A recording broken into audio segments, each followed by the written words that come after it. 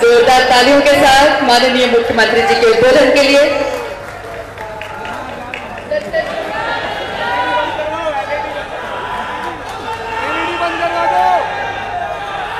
मंत्रिमंडल में मेरे साथी कमलेश्वर पटेल जी, मंत्रिमंडल में मेरे साथी सुखदेव पांसे जी, हमारे भूतपूर्व मंत्री दीपक सक्सेना जी, सोहन वाल्मीकि जी, सुनील उइके जी, विजय चौरे जी, कमलेश जी, दिलेश उइके जी, सुजीत चौधरी जी, श्रीमती अलका श्रीवास्तव जी और हमारे मेडिकल कॉलेज और अस्पताल के कर्ता धर्ता डॉक्टर रेजा जी, सरिया अधिकारीगण और मेरी आन मेरी शान, दाएं बैठे हुए, सामने बैठे हुए, साइड में बैठे हुए मेरे छिंदवाड़ा के भाइयों और बहनों, आज छिंदवाड़ा का ऐतिहासिक दिन है।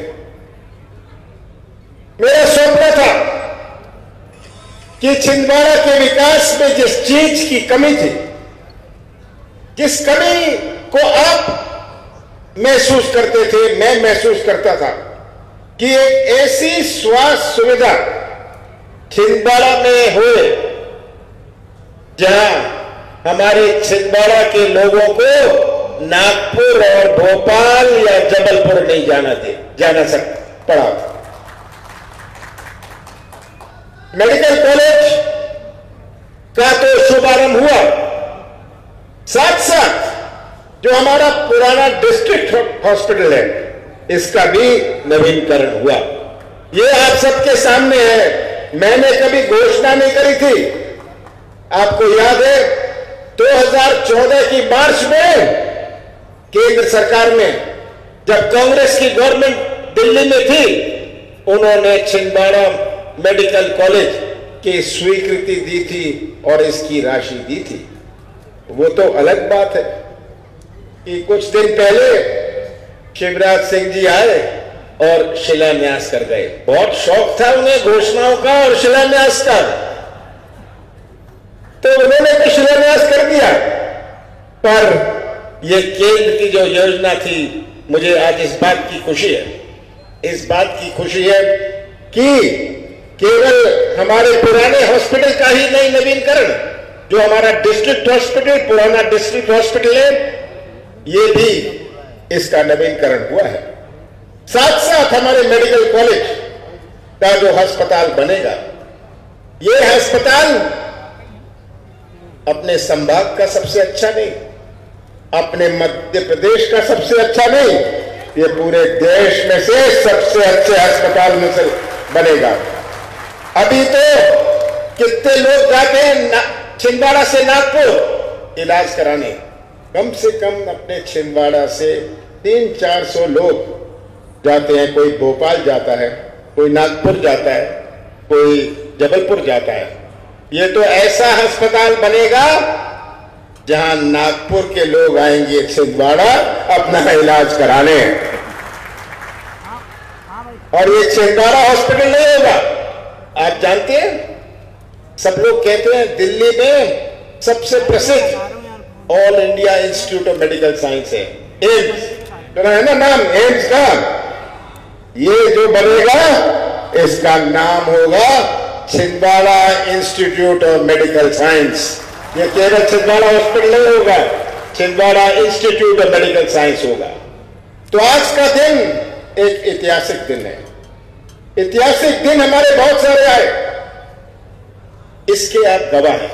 मैं दोहराना नहीं चाहता हूं, जब हमारी सड़कों की बात हुई, रेल की बात हुई, बहुत सारे ऐतिहासिक दिन आए, पर यह मेरी एक बहुत बड़ी तमन्ना थी कि ऐसा अस्पताल बने, ऐसा मेडिकल कॉलेज बने जो बाहर से, सिवनी से, बैतूल से लोग आए, पढ़ने के लिए आए, इलाज करने के लिए आए। जो पढ़ लिए हुए, जिन्होंने इलाज करवा लिया हो, कम से कम वो देखने आए कि कैसी सुविधा हमारे छिंदवाड़ा में है। तो आज ये सब संभव कैसे हुआ? ये सब संभव कैसे हुआ, ये प्रश्न है। यह संभव नहीं हुआ कि मैं मुख्यमंत्री हूं। यह संभव हुआ कि आपने जो लगभग 40 साल मुझे प्यार और विश्वास दिया है, जो बल और शक्ति आपने मुझे दी है, जिस बल और शक्ति तक से मैं यहां तक पहुंचा, ये अगर श्रेय जाता है, ये कमलनाथ को नहीं जाता, ये मुख्यमंत्री को नहीं जाता, ये छिंदवाड़ा की जनता को इस अस्पताल का श्रेय जाता है। आज हमारा बदलता हुआ छिंदवाड़ा, बढ़ता हुआ छिंदवाड़ा आप सबके सामने है, पर आगे का रास्ता भी बहुत लंबा है। पहले मेरे ऊपर जिम्मेदारी केवल छिंदवाड़ा की थी, अब मेरे ऊपर जिम्मेदारी पूरे प्रदेश की है। हमारे 7.5 करोड़ मध्य प्रदेश की जनता की है। यह जिम्मेदारी सबकी मुझ पर है। छिंदवाड़ा की तो है, छिंदवाड़ा उपेक्षित नहीं रहेगा, ये तो सब जानते हैं, पर आगे का रास्ता भी बहुत लंबा है। लगभग 62 दिन हुए हैं जब से मध्य प्रदेश में कांग्रेस की सरकार आई। कैसी सरकार हमें सौंपी गई? 15 साल शिवराज सिंह जी का राज, भारतीय जनता पार्टी का शासन, और 5 साल तो मोदी जी का भी रहा। 5 साल होने जा रहे हैं। कैसा प्रदेश हमें सौंपा? ऐसा प्रदेश सौंपा जहां किसानों की आत्महत्या में मध्य प्रदेश नंबर 1, बेरोजगारी में मध्य प्रदेश नंबर 1, बलात्कार में मध्य प्रदेश नंबर 1।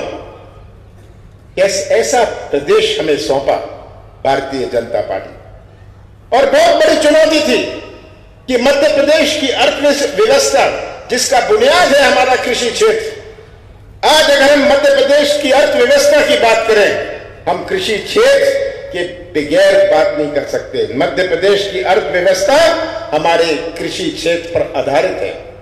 70% लोग मध्य प्रदेश के, उनका जीवन, उनकी रोजी रोटी आधारित है कृषि क्षेत्र पर। जिसकी किराने की दुकान है गांव में, उसका व्यापार चलता है जब किसानों के पास खरीदने की ताकत हो, उसके पास क्रय शक्ति हो।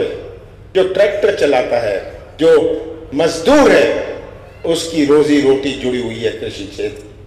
तो आज जब तक कृषि क्षेत्र में एक नई क्रांति ना आए, तब तक मध्य प्रदेश की अर्थव्यवस्था मजबूत नहीं हो पाएगी। हमने कर्जा माफ की योजना का वचन दिया था। हमने पहले दिन, पहले घंटे, जब से मैंने शपथ ली, मैंने शुरुआत करी कि हम किसानों का कर्जा माफ करेंगे। हमने वचन दिया था। हम घोषणाओं की सरकार नहीं है, हम विज्ञापन की सरकार नहीं है, हम वचन पालन की सरकार है। और पहला कदम हमने उठाया कि हम किसानों का कर्जा माफ करें। लगभग 50 लाख किसानों का कर्जा माफ होने जा रहा है। 50 लाख किसानों का कर्जा माफ होने जा रहा है। तिजोरी खाली थी।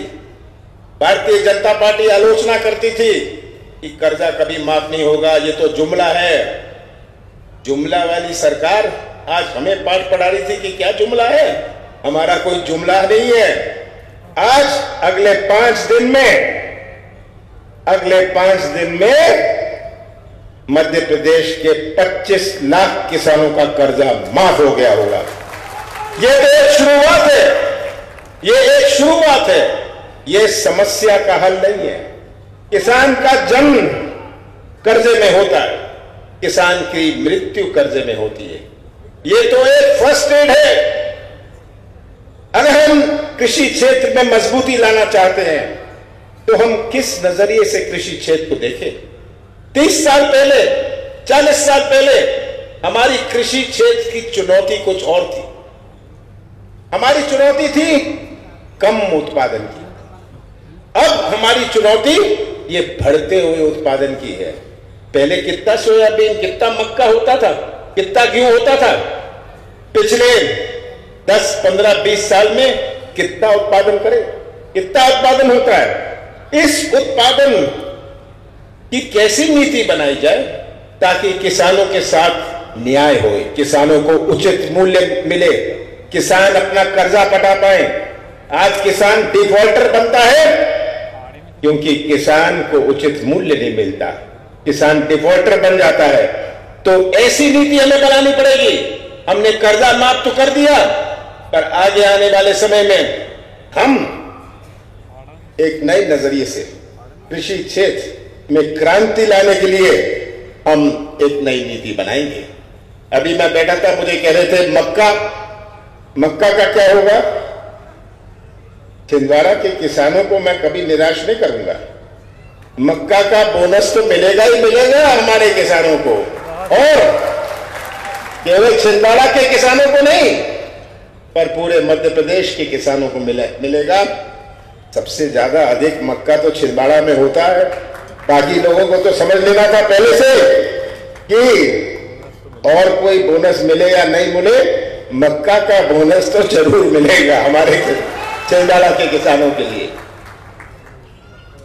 तो इस प्रकार हमने जो वचन दिए थे, हमारी बिजली की बात हुई, 100 रुपए 100 यूनिट की बात हुई, बिजली बिल हाफ करने की बात हो, आधा करने की बात हो, ये सब 62 दिनों में हमने किया है। मैं तो पूछना चाहता हूं कि किसी भी प्रदेश के इतिहास में क्या 62 दिनों में ऐसा हुआ है? किसी प्रदेश में नहीं हुआ। ये तो छिंदवाड़ा की आन है, छिंदवाड़ा की शान है। आपने जो मुझे बल और शक्ति दी, आपने जो मुझे प्रेरणा दी, इससे पूरे प्रदेश को इसका लाभ मिला। आगे आने वाले समय में भी हम अपना वचन पत्र पूरा करेंगे। पर सबसे बड़ी चुनौती हमारी एक और है, हमारे नौजवानों की भविष्य की। आज का नौजवान में अपनी सोच है। हमारे बुजुर्गों की दुनिया कुछ और थी। हमारे बुजुर्गों ने तो अपना जीवन काट लिया, पर आज के नौजवान जो इंटरनेट से जुड़ा है, आज का नौजवान जो इतने सारे टीवी चैनल देखता है, आज के नौजवान में एक तड़फ है, अपनी सोच है। आज का नौजवान कोई ठेका नहीं चाहता, कोई कमीशन नहीं चाहता। आज का नौजवान तो व्यवसाय के मौके चाहता है, ये अपने